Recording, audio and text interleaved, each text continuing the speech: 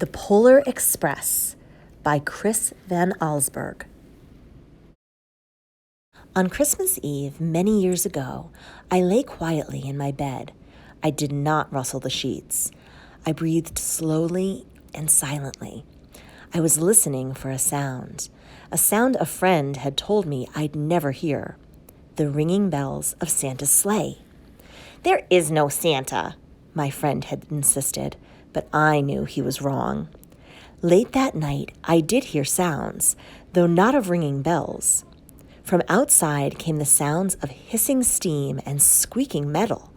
I looked through my window and saw a train standing perfectly still in front of my house. It was wrapped in an apron of steam.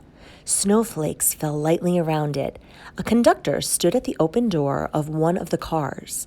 He took a large pocket watch from his vest, then looked up at my window. I put on my slippers and robe. I tiptoed downstairs and out the door. "All aboard!"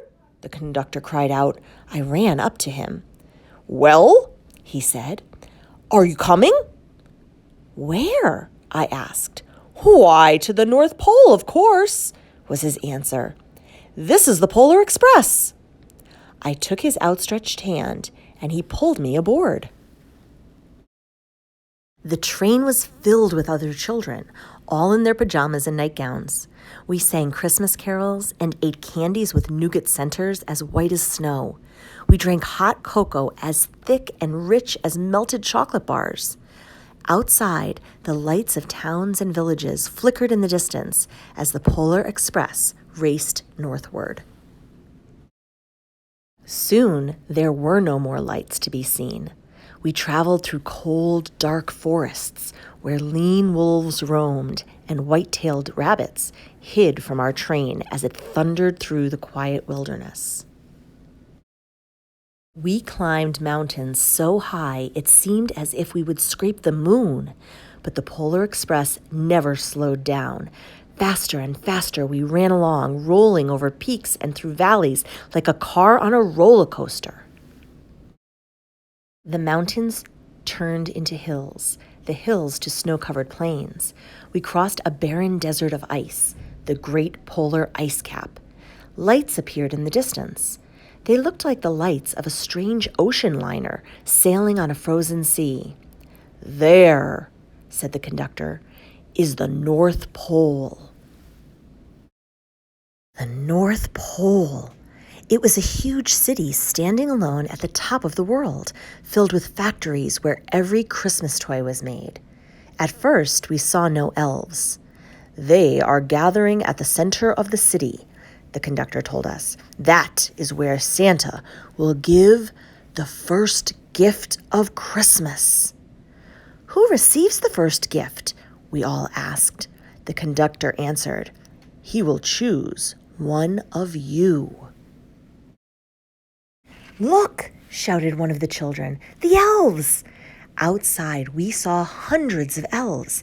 As our train drew nearer to the center of the North Pole, we slowed to a crawl. So crowded were the streets with Santa's helpers. When the Polar Express could go no farther, we stopped and the conductor led us outside.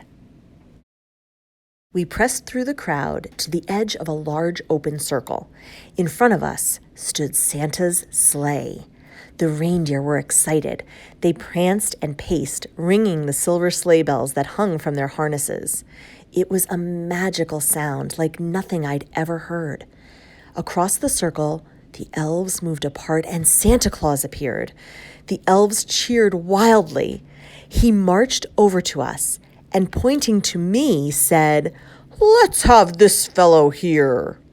He jumped into his sleigh. The conductor handed me up. I sat on Santa's knee and he asked, "Now, what would you like for Christmas?" I knew that I could have any gift I could imagine, but the thing I wanted most for Christmas was not inside Santa's giant bag. What I wanted more than anything was one silver bell from Santa's sleigh. When I asked, Santa smiled. Then he gave me a hug and told an elf to cut a bell from the reindeer's harness. The elf tossed it up to Santa. He stood, holding the bell high above him, and called out, "The first gift of Christmas!" A clock struck midnight as the elves roared their approval. Santa handed the bell to me, and I put it in my bathrobe pocket. The conductor helped me down from the sleigh. Santa shouted out the reindeers' names and cracked his whip. His team charged forward and climbed into the air. Santa circled once above us, then disappeared in the cold, dark polar sky. As soon as we were back inside the Polar Express, the other children asked to see the bell. I reached into my pocket, but the only thing I felt was a hole. I had lost the silver bell from Santa Claus's sleigh. "Let's hurry outside and look for it," one of the children said, but the train gave a sudden lurch and started moving. We were on our way home. It broke my heart to lose the bell. When the train reached my house, I sadly left the other children. I stood at my doorway and waved goodbye. The conductor said something from the moving train, but I couldn't hear him. "What?" I yelled out. He cupped his hands around his mouth. "Merry Christmas!" he shouted. The Polar Express let out a loud blast from its whistle and sped away. On Christmas morning, my little sister Sarah and I opened our presents. When it looked as if everything had been unwrapped, Sarah found one last small box behind the tree. It had my name on it. Inside was the silver bell. There was a note. "Found this on the seat of my sleigh. Fix that hole in your pocket. Signed, Mr. C." I shook the bell. It made the most beautiful sound my sister and I had ever heard. But my mother said, "Oh, that's too bad."